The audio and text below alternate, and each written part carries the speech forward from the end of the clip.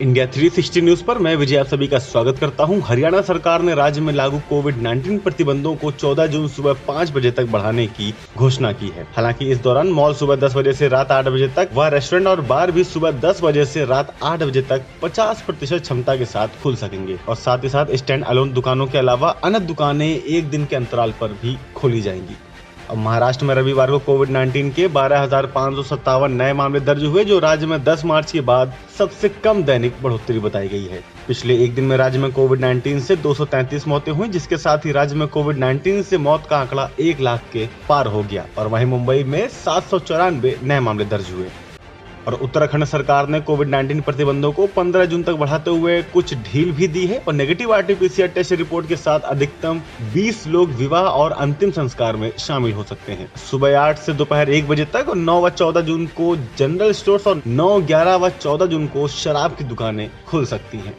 और आयकर विभाग ने 7 जून को अपना नया ई फाइलिंग पोर्टल www.incometax.gov.in लॉन्च किया है, जो जल्द से जल्द रिफंड जारी करने के लिए आयकर रिटर्न की तत्काल प्रोसेसिंग के साथ एकीकृत है। इसमें सभी तरह की प्रक्रियाएं, अपलोड के विकल्प या लंबित कार्यवाही एक ही डैशबोर्ड पर दिखेंगी और इसके अलावा संवादात्मक प्रश्नों के साथ ITR तैयार करने वाला एक निःशुल्क सॉफ्टवेयर भी उपलब्ध होगा। और 1400 करोड़ के पीएनबी घोटाले के आरोपी और हीरा कारोबारी मेहुल चोकसी ने डोमिनिका हाई कोर्ट में एक हलफनामा दायर करते हुए कहा है कि वह कानून का पालन करने वाले नागरिक हैं। और रिपोर्ट के अनुसार चोकसी ने कहा कि मैं भारतीय एजेंसियों से नहीं भागा और चोकसी ने यह भी कहा कि इलाज के लिए अमेरिका जाते वक्त भारत में मेरे खिलाफ वारंट नहीं था। और दिल्ली सरकार ने रविवार को निजी अस्पतालों और नर्सिंग होम को निर्देश दिए हैं कि जून में या फिर अगले आदेश तक 18 से 44 साल की आयु के सिर्फ उन्हीं लोगों को कोवैक्सीन लगाएं जिन्हें दूसरी खुराक लगवानी है। इससे पहले दिल्ली के स्वास्थ्य विभाग ने सभी सरकारी कोविड-19 टीकाकरण केंद्रों के लिए ऐसा ही आदेश जारी किया था।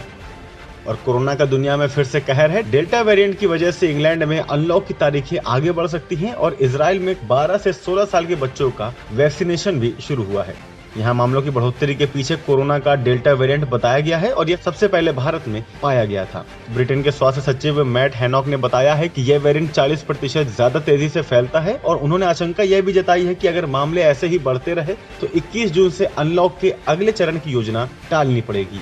और चीन के वुहान शहर की लैब में 1000 से ज्यादा जानवरों के जीन जेनेटिक इंजीनियरिंग की मदद से बदल दिए गए हैं और इन जानवरों में बंदर और खरगोश भी शामिल हैं। वुहान से ही पूरी दुनिया में कोरोना वायरस फैला था और चीन में लंबे समय तक ब्रिटिश सरकार जैस्पर बेकर ने चीनी मीडिया में प्रकाशित कई लेखों के हवाले से रिपोर्ट जारी की है। वैज्ञानिकों ने आशंका जताई है कि इंजेक्शन में इस्तेमाल की गई सामग्री के कारण कोरोना वायरस की उत्पत्ति हुई है और बताया गया है कि चीन अपनी प्रयोगशालाओं में ऐसे प्रयोग भी कर रहा है जो अन्य देशों में प्रतिबंधित हैं।